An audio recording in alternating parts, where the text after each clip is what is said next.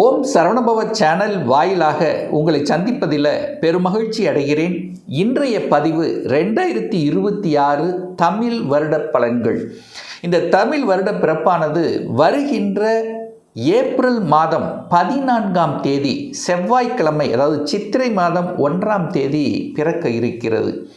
அதாவது 60 தமிழ் வருடங்களில் இது 40வது வருடம், அதாவது பரபாவ வருடம்.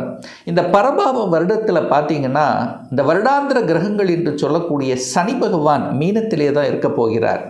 குரு பகவான் மிதுன மனையிலிருந்து கடக மனைக்கு பயிற்சியாகிறார். எப்போ அப்படின்னா 2ஆம் தேதி 2/6/2026 தேதி என்று கடகத்தில் குரு பகவான் உச்ச பலம்.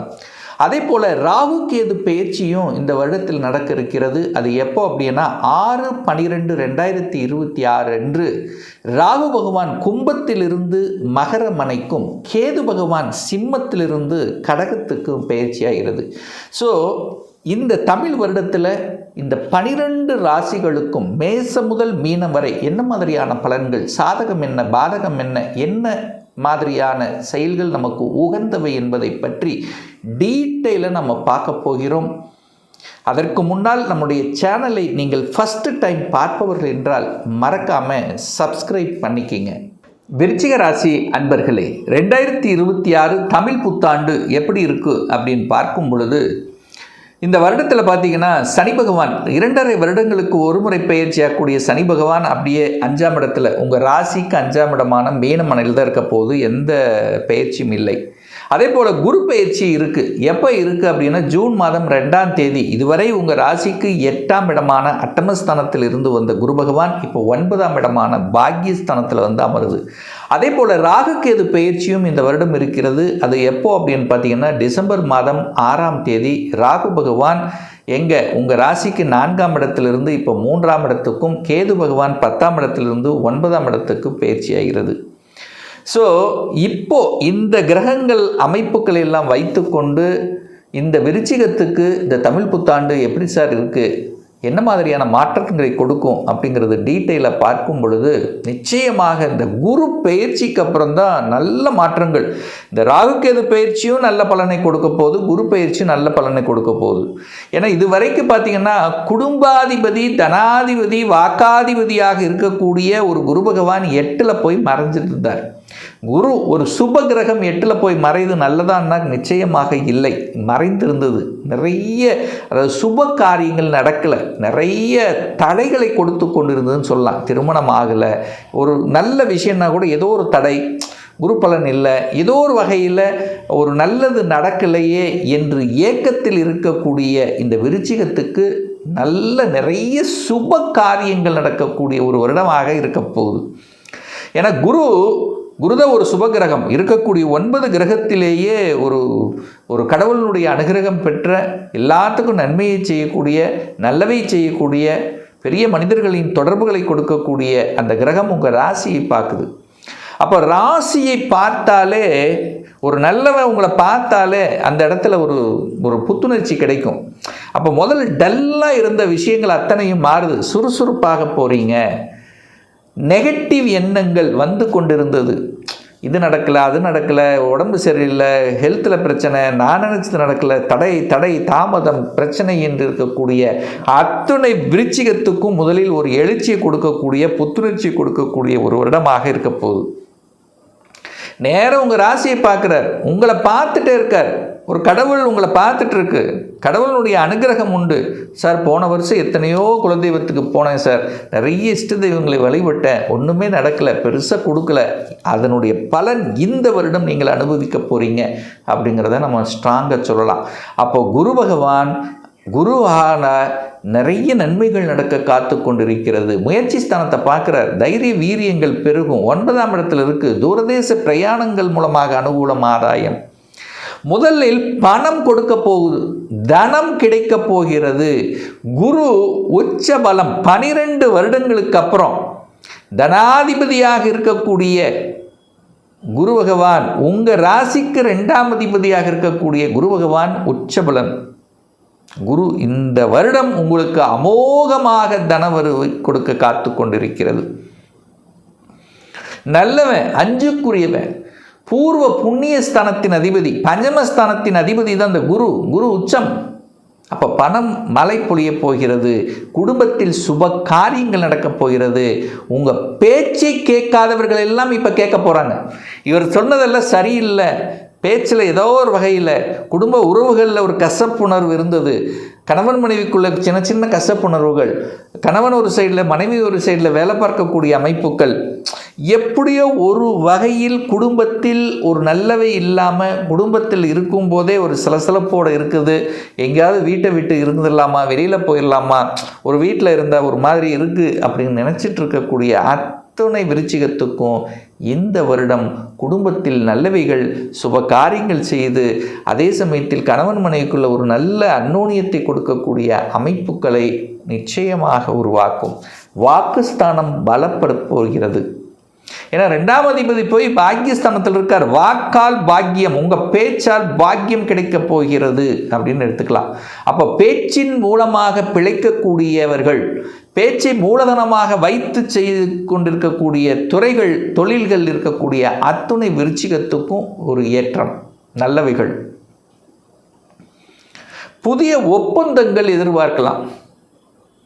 சார் என்ன ஒப்பந்தங்கள் சார்? ஒரு ரிஜிஸ்ட்ரேஷன் கண்டிப்பாக நடக்கும். ஒரு வீடு வண்டி வாகனம் வாங்கவே முடியலையே என்று இருக்கக்கூடிய அத்துணை விருச்சிகத்துக்கும் ஏதாவது ஒன்று நல்லவைகள். என்ன, ஒரு வீடு இல்லாமல் இதுவரைக்கும் வாடகை வருமானத்தில் தான், வாடகை வருமானம் வரக்கூடிய வாய்ப்புகள் வீட்டின் மூலமாக, அதாவது வீடு கட்டி விற்பனை, ரியல் எஸ்டேட்டில் இருக்கக்கூடியவங்களுக்கும் ஒரு சூப்பரான பீரியட், கோல்டன் பீரியட்னு சொல்ல இந்த வருஷம் சம்பாதிச்சிடலாம். அப்போ ரியல் எஸ்டேட் நன்றாக வரப்போகிறது. வீட்டு சார்ந்த விஷயங்கள், வீடு இல்லாதவர்களுக்கு வீடு வாங்கக்கூடிய அமைப்பு, வாகனம் சம்பந்தப்பட்ட துறையில் இருக்கின்றவர்கள் அல்லது அதை தொழிலாக செய்து கொண்டிருக்கக்கூடிய விருச்சிகத்துக்கும் நல்லவைகள் நடக்கப் போகிறது. புதிய வாகனங்கள் வாங்கக்கூடிய யோகம் இருக்கிறது. வாகன உதிரி பாகங்களை தயாரிக்கக்கூடிய துறையில் இருக்கவங்களுக்கும் நல்லது நடக்கப் போகிறது. அப்போ வீடு, வண்டி, வாகனம், நிலம், ஸோ இதை சார்ந்த துறை, இதை சம்பந்தப்பட்ட இருக்கக்கூடிய அத்துணை விருச்சிக ராசி, விருச்சிக லக்ன அன்பர்களுக்கு ஒரு ஜாக்பாட் அப்படின்னு சொல்லலாம். நல்லது. 5ஆம் இடத்துல சனி பகவான் உட்கார்ந்துருக்கார். ஒரு மந்தத்தன்மை, ஒரு டல்னஸ் கொடுத்துட்டு இருந்த குழந்தைகளுக்கு ஒரு டல்லாக, ஒரு படிப்பில் ஒரு டல்லாக இருக்காங்க, மெதுவாக எந்திரிக்கிறாங்க, சோம்பேறித்தனமாக இருக்கான் அப்படின்னு இருக்கக்கூடிய அந்த விருச்சிக மாணாக்கர்கள் இந்த குரு பயிற்சிக்கு அப்புறம், அதாவது இந்த ஜூன் மாதத்துக்கு அப்புறம் இந்த தமிழ் புத்தாண்டில் சூப்பரான பீரியட், நல்லா படிக்க போகிறாங்க. ஆசைப்பட்ட படிப்பு படிக்க போகிறீங்க. வெளிநாட்டில் படிக்கணுங்கிற யோகம் இருக்குங்கிறவங்களுக்கு கண்டிப்பாக உண்டு. வெளிநாட்டில் சென்று படிக்கக்கூடிய அல்லது வேறு ஸ்டேட்டில் போய் படிக்கக்கூடிய அமைப்பு, அதர் டிஸ்ட்ரிக்டில் போய் படிக்கக்கூடிய வாய்ப்புகள், சந்தர்ப்பங்களை உருவாக்கும். குழந்தை பாக்கியம் இல்லாத தம்பதிகளுக்கு குழந்தை பாக்கியம் கிடைச்சிரும். இதுதான் plus point, number 1 plus point. குழந்தை பாக்கியம் இல்லாத விருச்சிகத்துக்கு, ஏன்னா குரு உச்சம், குழந்தை காரக கிரகம் உச்சம், குழந்தை ஸ்தான அதிபதி உச்சம், குரு 5ஆம் இடத்தையே பார்க்குறார், ரெண்டுமே அவரே வர்றார். ஸோ போன வருஷம் பார்த்தீங்கன்னா குரு 8ல் போய் மறைஞ்சிட்டார், 5ஆம் அதிபதி போய் 8ல். உங்கள் பேச்சை, நிறைய குழந்தைகள் உங்கள் பேச்சை கேட்காம இருந்தது, அல்லது குழந்தைகளுக்கு ஏதோ ஒரு வகையில் வலி, வேதனை, ஏதாவது ஹெல்த் பிரச்சனை, தொந்தரவு, என் பேச்சை கேட்கல, இந்த மாதிரி குழந்தைகளால் பெரிய ஏதாவது ஒன்று, ஸ்கூலில் படிக்கும்போது கூட அது படிக்க மாட்டேங்கிறான், இது கம்ப்ளைண்ட்ஸ் நிறைய கொடுத்துருக்கோம். ஸோ இந்த வருடம் அதெல்லாம் இல்லை, நல்லா படிக்க போகிறாங்க. அவங்களுக்குள்ளேயே ஒரு எண்ண உணர்வு தோண போகுது. குழந்தைகள் கவர்மெண்ட்டில் என்ட்ரி ஆகணுங்கிற எண்ணம் இருக்கக்கூடியவர்களெல்லாம் கவர்மெண்ட்டில் என்ட்ரி ஆயிடுவாங்க. அரசாங்க வேலை கிடைப்பதற்கான சாத்தியக்கூறுகள் அதிகமாக இருக்குது. ஸோ குழந்தைகள் நலன் சார்ந்த விஷயங்கள் சூப்பராக இருக்க போகுது இந்த தமிழ் புத்தாண்டில். வேலை இல்லாதவர்கள் வேலை கிடைச்சிடும், வேலை இல்லாதவர்களுக்கு வேலை கிடைச்சிடும். வேலையில் ப்ரமோஷன் கிடைக்கணும், ஒரு வருஷம் தட்டி போகுது சார், கவர்மெண்ட்டில் இருக்கிற ப்ரமோஷன் கிடைக்க மாட்டேன், கிடைச்சிடும். ஸோ ப்ரமோஷன் கிடைக்கக்கூடிய, மாற்றத்தை கொடுக்கக்கூடிய, படித்த படிப்புக்குண்டான வேலை கிடைக்கக்கூடிய, உங்களுடைய தகுதிக்கு ஏற்ப வரன் அமையக்கூடிய ஏன்னா திருமண வாய்ப்புகள் அப்படியே டக்கு டக்கு நடக்கும். ஏன்னா குரு பலன் 9ஆம் இடத்துல குரு அமர்ந்திருக்கார். 5ஆம் இடத்தை பார்க்குறார். 5, 9, 1, 1, 5, 9 இறைவனுடைய ஸ்தானங்கள் அப்படின்னு சொல்லுவோம். அந்த 1, 5, 9 பலப்படுகிறது, வலுப்பெறுகிறது. அப்போ ஆசைப்பட்ட வரன், ஒரு சந்தோஷம் தரக்கூடிய செயல்பாடுகள் திருப்திகரமாகவே இருக்க போகுதுன்னு சொல்லலாம். அப்போது திருமண பாக்கியம், குழந்தை பாக்கியம், படிப்பு சார்ந்த விஷயங்கள், பணம் சம்பந்தப்பட்ட விஷயங்கள் நல்லதாகவே இருக்கக்கூடிய ஒரு வருடம் இந்த வருடம். தொழில் மாற்றம், உத்தியோக மாற்றம், ஊர் மாற்றம், இடம் மாற்றம், அத்தனை மாற்றங்களும் சிறப்பாகவே நடக்கும். வெளிநாட்டு தன்மை இருக்கா சார்? 9ஆம் இடத்துல குரு உட்கார்ந்துருக்கார். அப்போது 2ஆம் அதிபதி 9இல் இருக்கார். தூரதேசத்தின் மூலமாக வருமானம் கிடைக்கக்கூடிய வாய்ப்புகளை உருவாக்கும். பணம் எங்கிருந்து வரும்? வேறு தூரத்திலிருந்து வரும். எங்கேருந்து வரும்? அதர் ஸ்டேட்லேருந்து வரும், அல்லது வெளிநாட்டிலிருந்து வரும். ஏன்னா அங்கே போய் நீங்கள் வேலை பார்க்க போகிறீங்க, அங்கே போய் தொழில் அமைக்க போகிறீங்க, அல்லது எம்என்சி கம்பெனியில் வேலை பார்க்க போகிறீங்க. ஸோ இந்த மாதிரி வெளிநாடு, வெளி மாநில தொடர்புகள் மூலமாக தன வருவாயை தரக்கூடிய ஒரு நல்ல வருடமாக உங்களுக்கு அமைப்பெறுது.